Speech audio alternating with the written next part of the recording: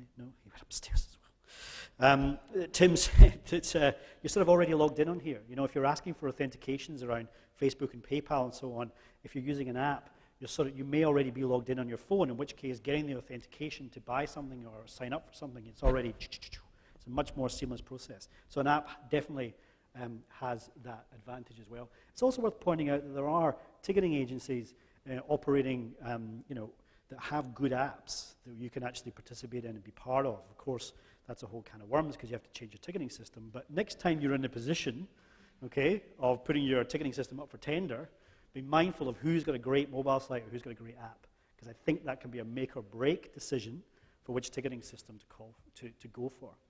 A lot of the statistics are showing us now that that mobile transactions are going to, in terms of actually getting a ticket on your phone, no paper whatsoever, a ticket on your phone that either you show or you swipe somewhere, this near-field communication, that's going to be completely prevalent within the next 3 years. Okay, so the idea of having tickets, paper stock, is a thing of the past.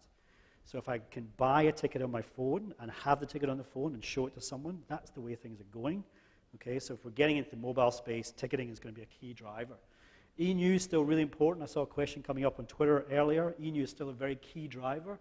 Be thinking about both general e-news lists, but possibly niche lists as well for either projects or genres or so on and so forth.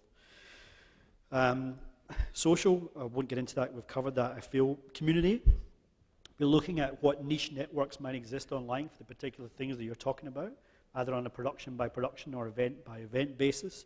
The idea of crowdfunding, of course, that Mark touched on.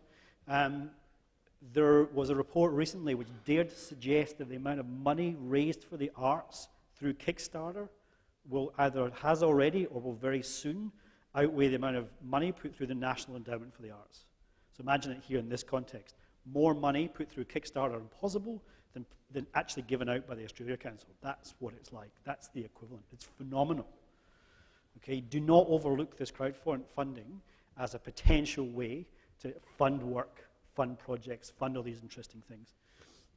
Who knows about Amanda Palmer and the Dresden Dolls? Guys, a few hands. Amanda Palmer was one half, or still is one half, of a very famous band called the Dresden Dolls. Hasn't released a solo album for a long time, but she spent 5 years touring the world, cultivating fans through blogs and through Twitter, through Facebook and through YouTube. Friends. She goes to people's houses, she invites them back. They had drinks in pubs together. She basically cultivates fans. That's what she's done for the last 5 years. I've gone on the road and I've cultivated fans. And last month she put up a hand and said, I need $100,000 to make and release my album. Who's with me? Within 7 days, she'd raised $1 million. Because those fans, those 5 years of investment in fans paid off when she finally said,